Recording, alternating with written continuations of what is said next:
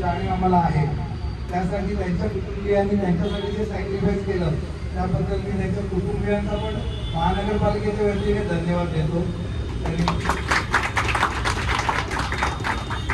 त्याचबरोबर मी त्यांच्या जी मुलं आलेली आहेत त्यांना देखील एक दोन शब्द सांगू इच्छितो मोठा म्हणून त्यांच्यावरती की तुम्ही मोठे आहात, तुम्ही शिकलात, तुम्ही सगळं केलं, पण आपण जे करतोय ना आताच्या मोमेंटला आपण ज्या ठिकाणी आहोत याच्यासाठी आपल्या आईवडिलांनी केलेले कष्ट किती आहे हे त्यांनी कायम लक्षात ठेवणं हे फार गरजेचं आहे.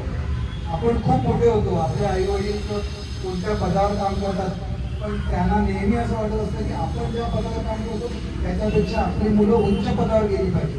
पण उच्च पदावर पोहोचल्यानंतर किंवा तेवढं अचीव केल्यानंतर आपल्या मागे आपल्या आईवडिलांनी किती कष्ट घेतलेले आहेत याची जाणीव त्यांनी कायम ठेवायला हवी. रिटायरमेंट झाल्यानंतर देखील आता ते तुमच्या बरोबरच असतील, नो डाऊट की तुम्ही त्यांना चांगल्या प्रकारे हे करेल, पण एक लक्षात द्यायला हवं की आपल्या आईवडिलांनी आपल्याकडे फार मेहनत केलेली असते. त्यामुळे त्यांना त्यांच्या आयुष्यामध्ये जे चुकलेले किंवा राहिलेले क्षण असतील ते आपण त्यांना कसे अचीव करून देता येतील याची काळजी आपण कायम घेतली पाहिजे.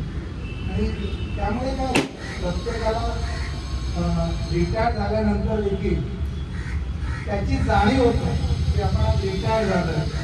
कारण जसे की इथे कुटुंब आहे, कुटुंब आहे बेसिकली आम्ही जे सगळे आहोत ते कुटुंब आहेत. कारण मॅक्झिममला तुमच्यापेक्षा त्यांच्याबरोबर काढतात, तर त्यांना ते कुटुंब घरामध्ये देखील जाणीव करून दिली पाहिजे की येस आम्ही आहोत, आम्ही करतोय. बहिणींना देखील मी थँक्स म्हणेन की त्यांचा देखील सॅक्रिफाईस आहे की त्यांना पहिली तुझी दुसरी ड्युटी केली असताना मी ॲडजस्ट केली आणि घरातलं सगळं सांभाळला, त्याबद्दल त्यांचेही धन्यवाद.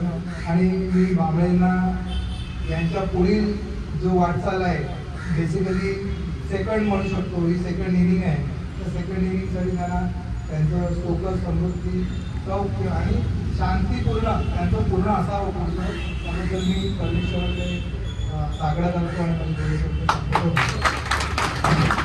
याच्यानंतर पाटील साहेब सांगतात.